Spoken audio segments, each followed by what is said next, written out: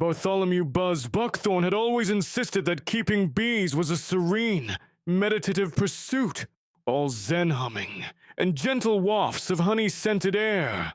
Dolly Pollenbeck believed the exact opposite. In her opinion, beekeeping was a full-contact sport that required reflexes, optimism, and at least 3 spare epinephrine pens. She kept a scoreboard in her shed, stings I gave, stings I got, and wore a personalized veil stenciled with racing stripes, and the motto, "Go big or go hive."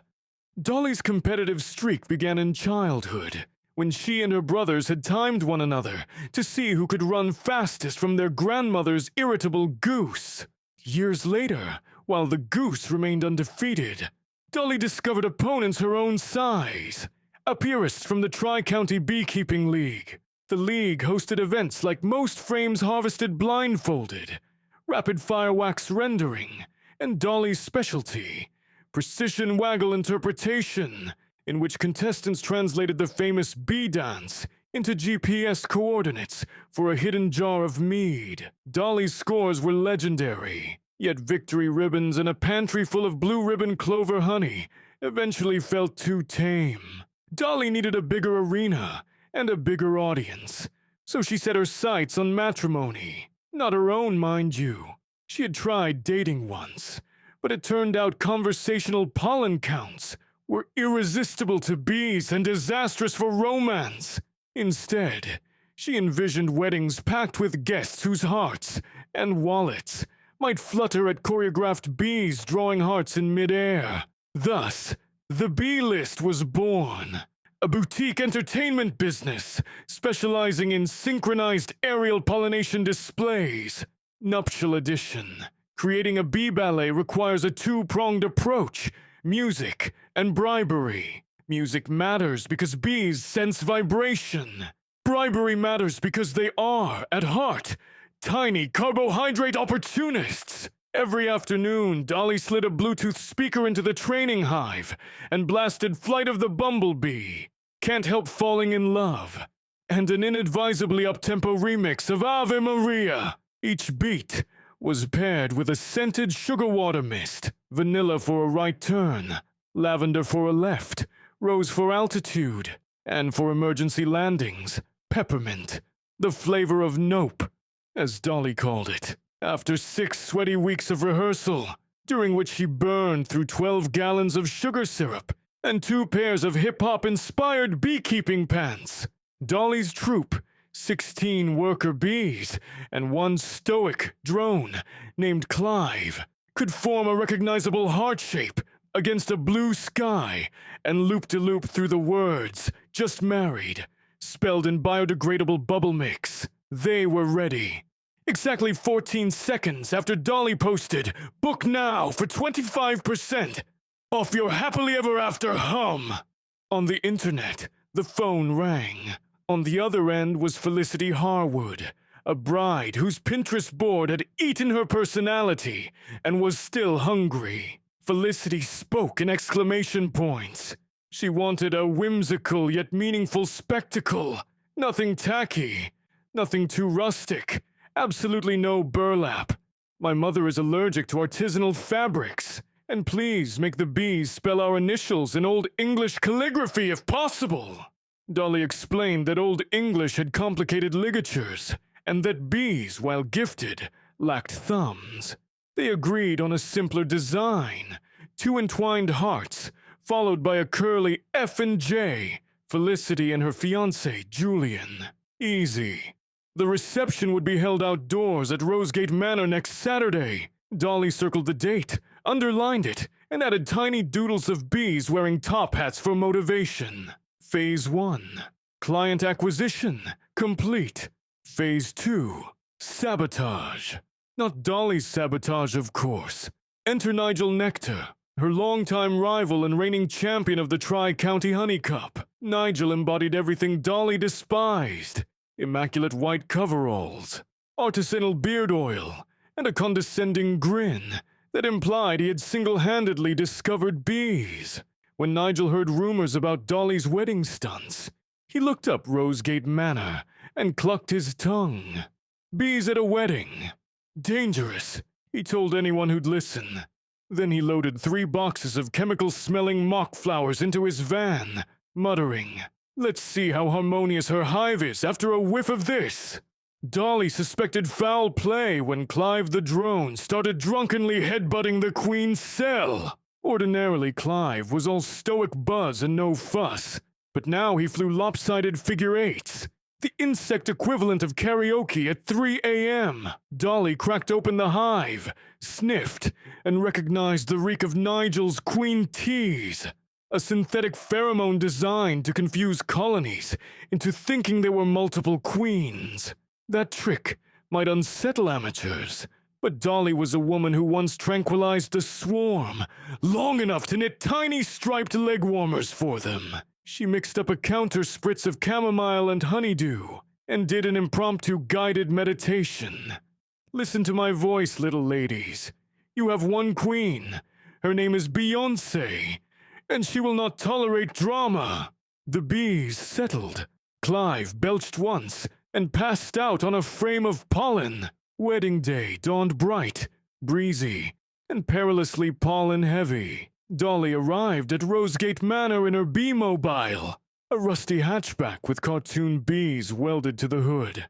She parked beside a fleet of catering vans that looked as though they each paid higher insurance premiums than her entire house. A lineup of bridesmaids in peach chiffon pointed at Dolly's insect-themed bumper sticker. "Buzz off, I'm working!" and whispered in horror. Felicity appeared, swathed in lace and nerves. "Something borrowed, something blue, something buzzing," she said weakly. "Something spectacular," Dolly assured her. She set up the flight cage, a gauzy nylon tunnel about 15 feet long that would give the bees a gentle launch path over the aisle. The cage connected to a decorative beehive, disguised as a Victorian birdhouse, which was disguised as a centerpiece on the cake table. Disguises were very important. Guests tended to panic if they recognized actual insects near buttercream. No sooner had Dolly secured the tunnel than the groom's cousin Bradley ambled up chewing a granola bar. Bradley, confined by both tuxedo and ennui, announced, "I'm like uber allergic. One sting, and my neck turns into a flotation device." He waved the granola for emphasis, unaware it was studded with honey-roasted almonds. 10 feet away, a worker bee caught the scent, wiggled her antennae, and radioed her sisters for reconnaissance. Dolly intercepted her mid-sprint with a puff of lavender. Crisis averted, but crises at weddings reproduce like rabbits.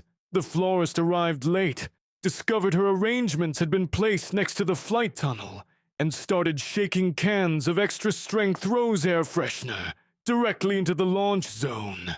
Rose was Dolly's signal for climb higher, so her bees began spiraling skyward in rehearsal mode. An outdoor ceiling fan threatened to shred them like confetti. Dolly sprinted, leaped onto a chair, and toggled the fan switch off, earning polite applause from a grandparent who assumed it was an interpretive dance. Then came the ferret. Technically, it belonged to the ring bearer, a bored 8-year-old named Mika who thought Pinterest boards were for haters. Mika had fastened the ring pillow to his pet ferret, Sir Whisker Fluff, envisioning a heroic dash down the aisle. Ferrets are agile but untrustworthy. Sir Whisker Fluff smelled the rose air freshener and invaded the launch tunnel, dragging the pillow behind him. Startled bees swarmed in disarray while Dolly shrieked, "Get that mammal out of my flight path!"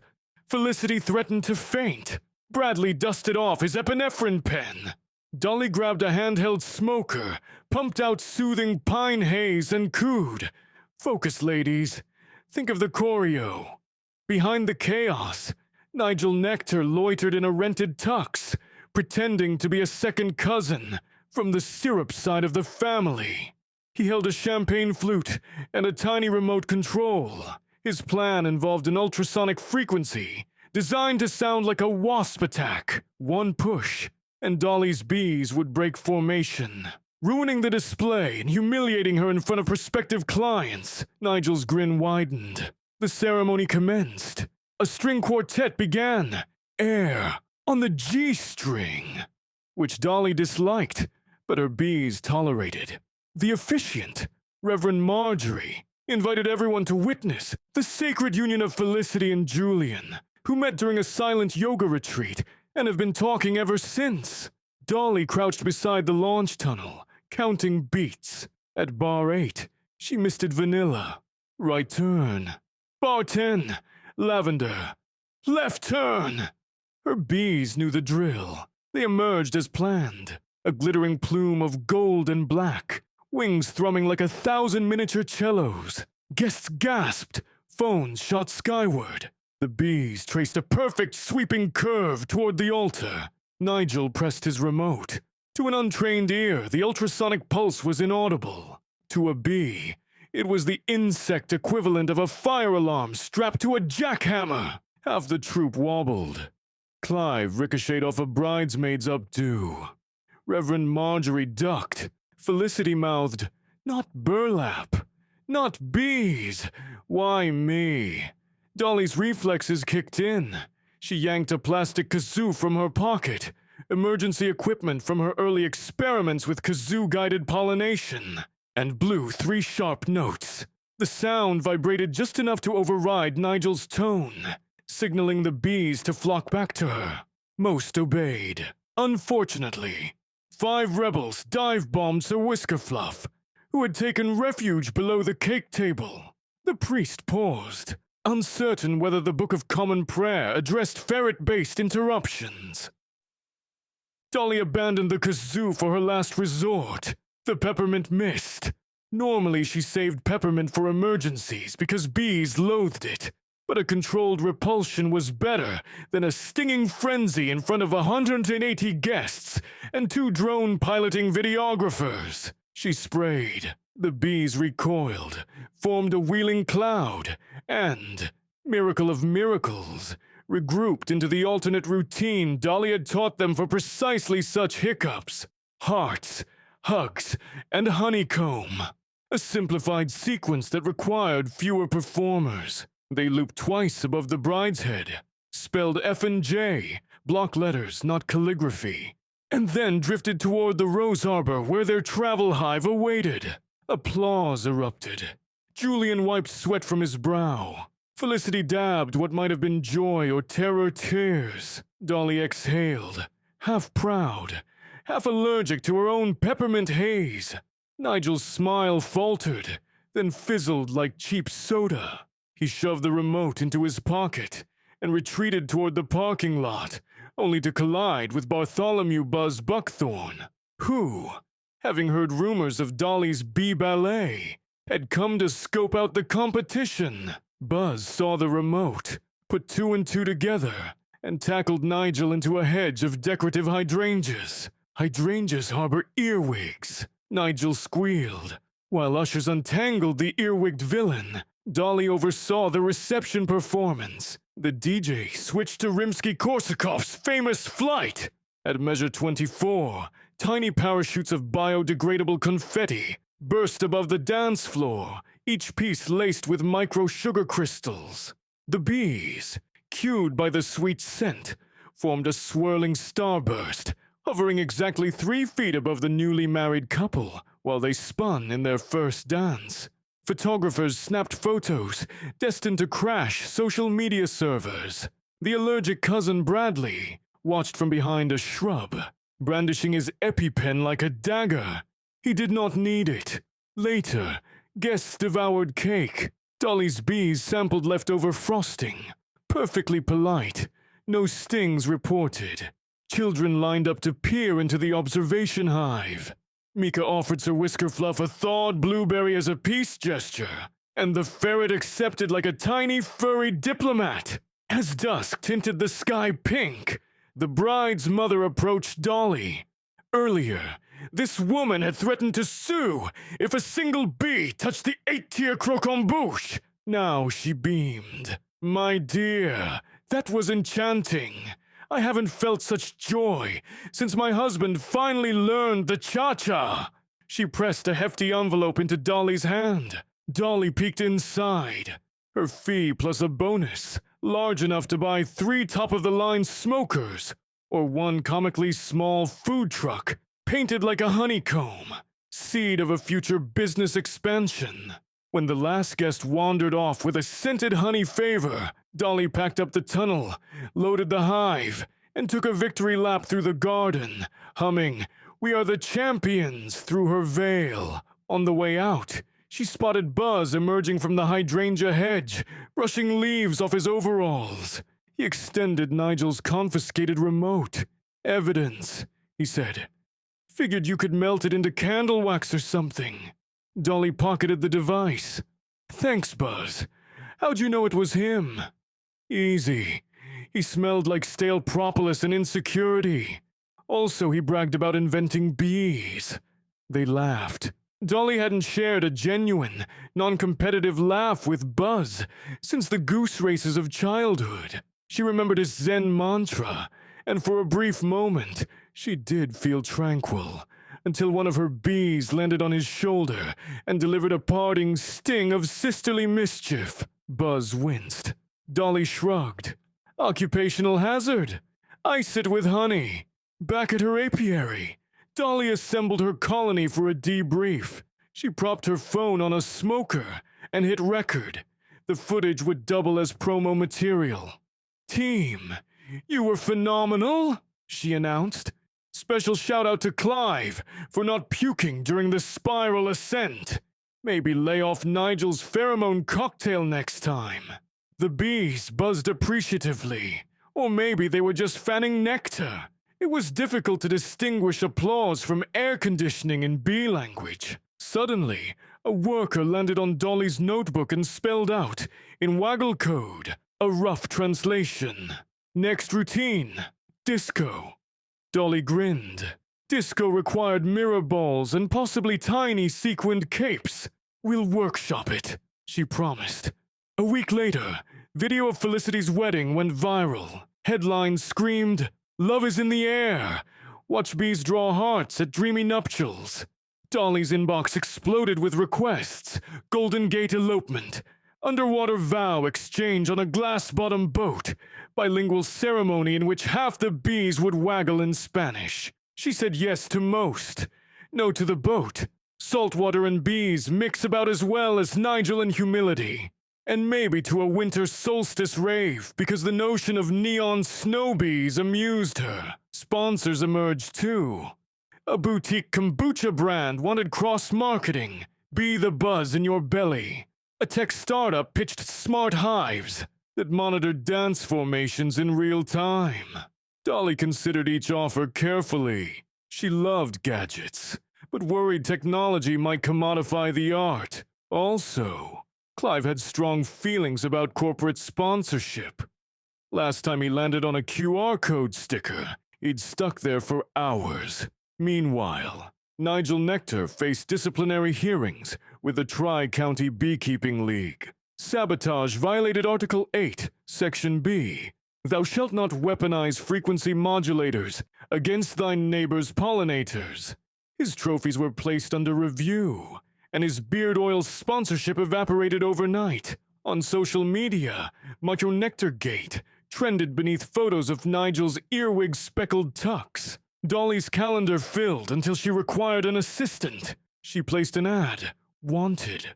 Stage manager fluent in pheromone scheduling, pyrotechnics optional, sense of humor mandatory. Applicants ranged from retired circus clowns to ex-NASA engineers. She hired a cheerful arthropodologist named Priya, who could beatbox in multiple time signatures. Priya suggested layering the next routine with subtle percussive cues, like Morse code, but funkier. The bees adored her. Business boomed. Yet Dolly refused to neglect competition's season. She entered the upcoming Honey Cup with a new category she proposed. Bees in artistic motion. The League's board, perhaps embarrassed by the Nigel scandal, approved it unanimously. Dolly choreographed 64 bars, combining classical ballet arm positions, first and second, modified for thoraxes, with Latin ballroom hip action, a wiggle-waggle technically called abdomen articulation.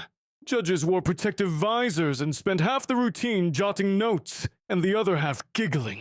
On finals night, Dolly's troupe executed a flawless triple helix spiral, culminating in a 3D MVP, Most Valuable Pollen, trophy drawn of living bees.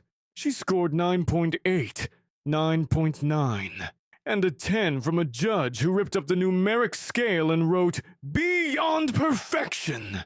Dolly dedicated the win to Clive, who had retired from flight duty, to mentor a new generation of drones in the subtle art of swagger. With accolades pouring in, Dolly considered branching into other celebrations, graduations, pet adoptions, you survived final exams parties. She test piloted a routine that spelled "Yas!" over a community college quad. Students cheered. A professor filed a noise complaint. Success. On a crisp autumn afternoon, Dolly received a handwritten invitation. Buzz Buckthorn was getting married.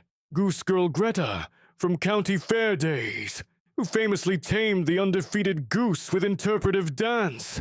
Buzz wanted Dolly's bees to perform at the ceremony. The note concluded, "Wouldn't feel right without a dash of competitive chaos. Bring the A-team, and maybe leave the peppermint at home." Dolly smiled. Full circle. She flipped her notebook to a fresh page and outlined a routine tentatively titled "Goosebumps of Joy." It would involve feather-shaped formations, a slow-motion heart, and a grand finale, where each bee hovered exactly long enough for the groom to plant a kiss without getting stung. High risk, high reward, right up Dolly's alley. She glanced at her scoreboard in the shed. Under, stings I gave, stings I got. Another column had emerged, scribbled in felt tip, hearts made. The number had outgrown its box. Dolly erased the tally marks and wrote, the bees buzzed approval, or maybe they were reminding her it was feeding time. Either way, Dolly Pollenbeck, competitive beekeeper, and unlikely wedding entertainer, tightened her racing striped veil, spritzed lavender in the air like confetti, and saluted her tiny winged athletes. The season of love and synchronized flight had only just begun, and Dolly intended to soar. One waggle, one heart, one uproarious sting at a time.